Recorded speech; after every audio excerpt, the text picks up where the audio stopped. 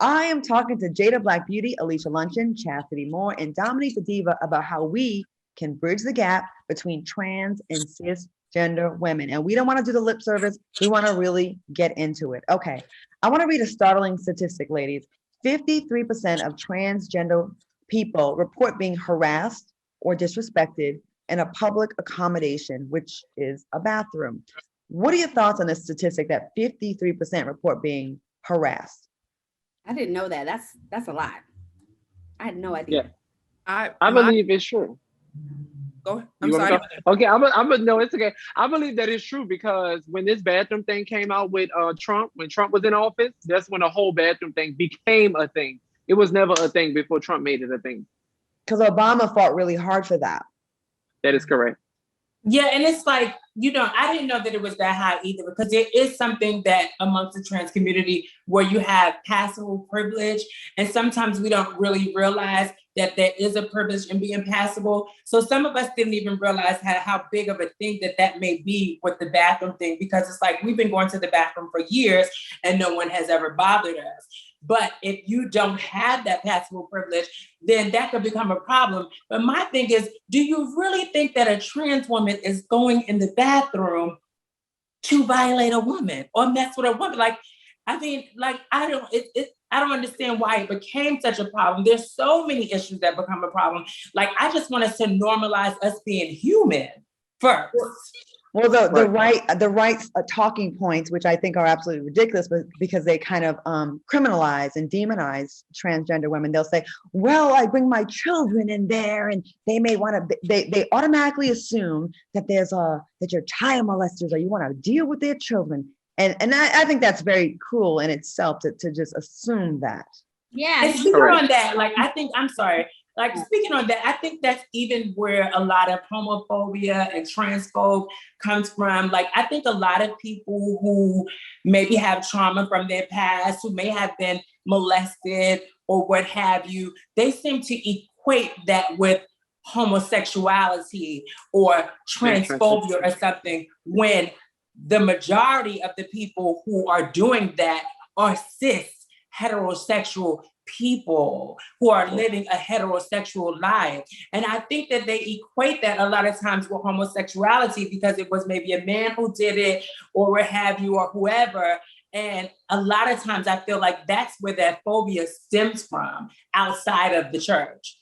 Real quick, before we move on, we'd like you to explain real quick. I know I understand what it means, but the term passable. Can one of you explain that? So the term passable is when you are a Black trans woman or a Black trans man, and you can pass as a cis person. So someone who is passable have different privileges versus trans women who may not be as passable, or trans men who may not be as passable. In our community, it's called passable privilege. Yeah, you could just blend into society, and no one is really questioning, what you're presenting as. Dominique and Alicia, I want to ask you straight up and just I'm sure you're going to keep it real, but how do you feel about seeing transgender women in a women's bathroom? How would I even know? Right. Well, the non-passable, because I just want to, I wouldn't care. If you're in the bathroom to use the bathroom, I don't even understand what the discussion is. I mean, I've never felt, threatened or like I was going to get assaulted when I'm going to the bathroom, especially if I'm drunk somewhere at a club or out at night. I'm just like, hey, what's going on? And I'm going about my business. I think your children too. Children don't care. Little boys, little girls, they go in, it's just not that deep. So I don't have a problem with it. Okay, great. I feel like Chasity was saying, it wasn't a big deal until, certain people started trying to make it a big deal. I'm going in and handle my business, drop my kids off at the pool, you drop your kids off at the pool, everything's good, you know what I mean? And you make a lot of friends in the bathroom too. I made a lot of fun friends in the bathroom, so I don't really have a problem with that part. Yeah. Well, you would, and it's hopefully you would want a lot of the girls to go in the girls' bathroom instead of being in there with your man. I'm sure you don't want them going up in there and they looking how they looking what? Chasity, what's really going on? Chasity and Jada, I got to ask a question from the chat room. They want to know, would you understand how that could make some cisgender women uncomfortable?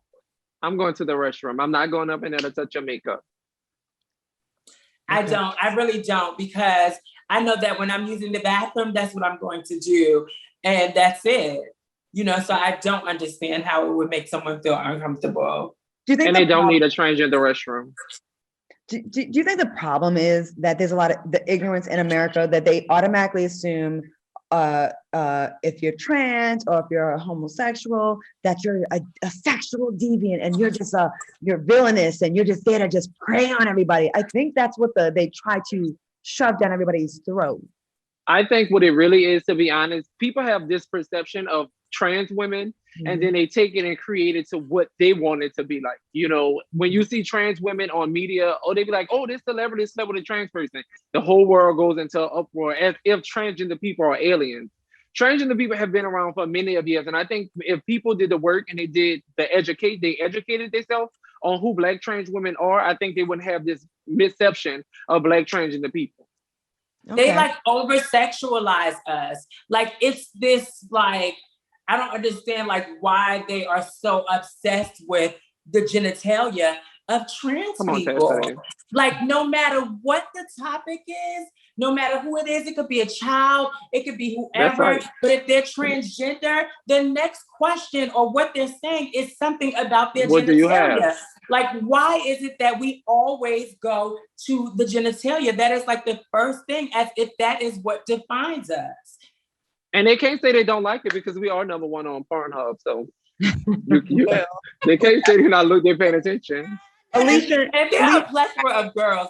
There's so many different types of girls. Of course, sex, like they always put sex with it. And I have nothing against sex work. I have nothing against porn work. Some of us had to do things that we had to do when we realized that some people only wanted us as a fetish and that all they wanted to do was have us in the dark. So yeah, I know a lot of times it seems like people seem that, they equate sex with transsexual women, but sometimes we were pushed into that box. That's true. There's a lot of people get forced out of their family situation. They get disowned. So do you think that's the cis world that does that, or do you think the trans world does it as well, as far as like presenting as very sexual and the cis? I believe it comes from the cis community because at the end of the day, it's only you may know a handful of trans people, but it's the cis people that put them into these boxes. It's men that seek out Black trans women and act like they don't like Black trans women, and then they want to sleep with these girls and they want to pay them, and then they have this secret relationship. It's a lot of underlying things that a lot of people don't want to address, but it's true. It happens. And there's a difference of growing up on survival and growing up on love. And so at a very, a lot of people are kicked out at a very young age when you express and you live in your truth and you want to be who you really want to be. The uncle pedophile can come to all the Thanksgivings and sit around the family all the time. But as soon as you say you're homosexual or you're trans, you got to get out. So these young kids are learning, they're growing up on the streets. And thank God for chosen families like Ballroom, which we come from, like where you have parents and you have houses who accept these people. But sometimes it's like, what do? These are young kids and their families are kicking them out. The first person who is supposed to love you doesn't love you. So how do you ever know love? All you ever know is survival. And that's what happens. Dominique and Alicia, what are your thoughts on what Chasity and Jada are saying, and how does this are you surprised? I'm learning so much. I learned about, passable. I'm learning a lot of things, and I think that, it's definitely a space for them to be heard and everybody's feelings to be validated. And, unfortunately, some people out there, they're ignorant to things, and unfortunately, they don't care enough to do the work. Right. Yes. The work. I'm learning so much. I hadn't heard passable before in the transgender context, but obviously I know what white passing means. So, you're able to kind of put it together. But I didn't know that the transgender search was #1 on Pornhub. And the only reason that surprised me, and facts are facts. What do they say? Facts over feelings? Well, that's a fact. #1. I was surprised because a lot of Black men that I talk to, they are very much like, oh, I would never date a trans woman. I would, right, Chastity, okay. I would never only date Black men. Okay, let's get into it. How common is it? Because, I want to know like how often, because. So this is a problem. It's very common. And, I come from a different generation. Like I've transitioned almost 20 years ago.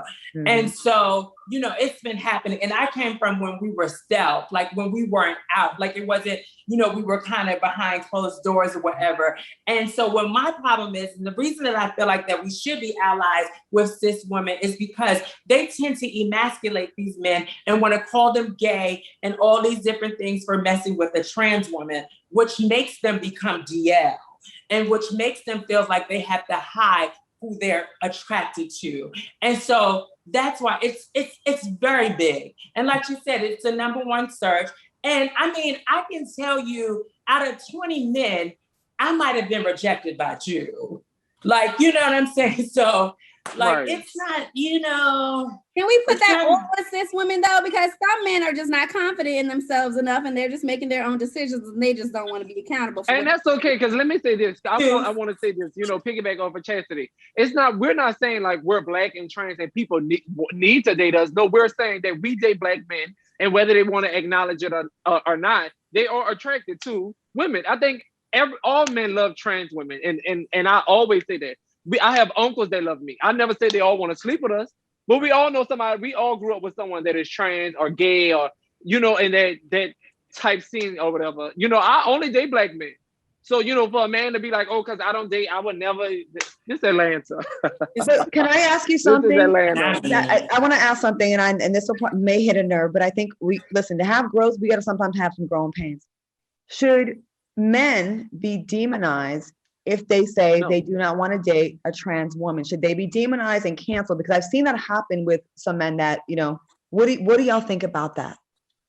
No, I think everyone has their personal preference. I think that people think that we push ourselves on men, and it's not true. It's not true. If you don't want to date someone that's like it's a box. Like, I just hate being put in a box. And I remember talking to my cis friend, my cis woman friend. And, I was like, I just hate having this title because it comes with a stereotype and a perception before you even get to know me. And like, we all are living in a body, like this is just a house, but it's our soul and our spirit that really speaks to another person. So you're missing out on my spirit and my soul because I am trans. Like, so you won't get to know me because of that. So no, I think it's a preference. That's your preference, whatever you want to do. It doesn't matter. Like, to everyone, there's going to be 10, so yeah, no, I definitely don't think that they should be demonized. I don't agree with that. That's up to them.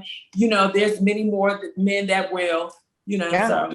I remember there was something with Genuine, and he said he didn't want to, and that was his right, I assume. And people wanted to cancel him. And I'm like, are we at that point where we can't say, like, and I want to know how that made y'all feel. So let's take a quick break. I want y'all to think about how your lives have been impacted by the politics of the Trump administration. Did his political rhetoric create an unsafe living environment?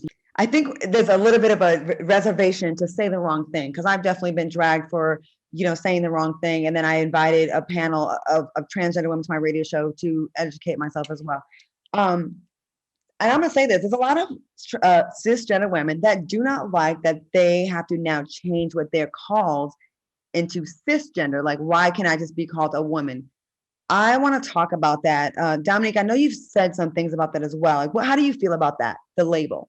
It's new. it's new. I just learned it. I took it upon myself, like I said, to look, but I know a lot of other women would not necessarily take it upon themselves to go find out what that is, you know. Mhm. It's just that what I do, I just want to know, because I am an ally, and I just try to, you know, learn. I've been asking other cis women, hey, did you know, honey, Right. that you're a cis woman and not just woman? Because, you know, like I said, there's things that are constantly that we're learning. There's vocabulary being added, there's vocabulary being deleted and canceled. And I think there should be time and some room for us to get to know those things and give people the space to do that. Some people don't live in this realm. Some people not on social media all day. Some people don't have experience with the LGBT community. Maybe they don't, maybe they do, but we have to give them that space, and they're not absolutely, you know, they shouldn't be, you know, canceled or whatever the case, shunned because of those experiences. That's definitely a problem that I would like us to talk about, because I think in the last 5 years, maybe 10 years,